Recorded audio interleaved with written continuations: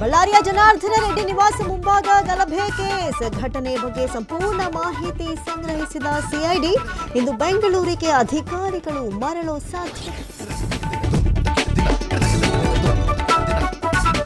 ಕೋಗಿಲು ಲೇಔಟ್ನಲ್ಲಿ ಬಾಂಗ್ಲಾದೇಶಿಯರು ಇಲ್ಲ, ಸುಖಾಸುಮ್ಮನೆ ಬಿಜೆಪಿಯವರು ಆರೋಪ ಮಾಡ್ತಾರೆ. ಬೆಂಗಳೂರಿನಲ್ಲಿ ಗೃಹ ಸಚಿವ ಡಾಕ್ಟರ್ ಜಿ ಪರಮೇಶ್ವರ್ ಪ್ರತಿಕ್ರಿಯೆ.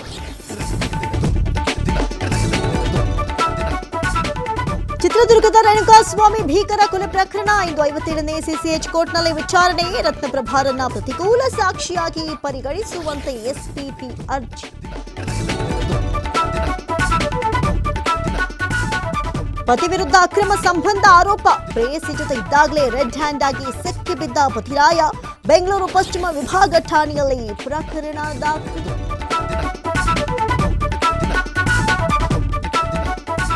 ತಂದೆ ಬುದ್ಧಿವಾದ ಹೇಳಿದ್ದೇ ತಪ್ಪಾಯ್ತಾ? ಕ್ಷುಲ್ಲಕ ಕಾರಣಕ್ಕೆ ಮಗನಿಂದಲೇ ಚಾಕು ಇರಿತ.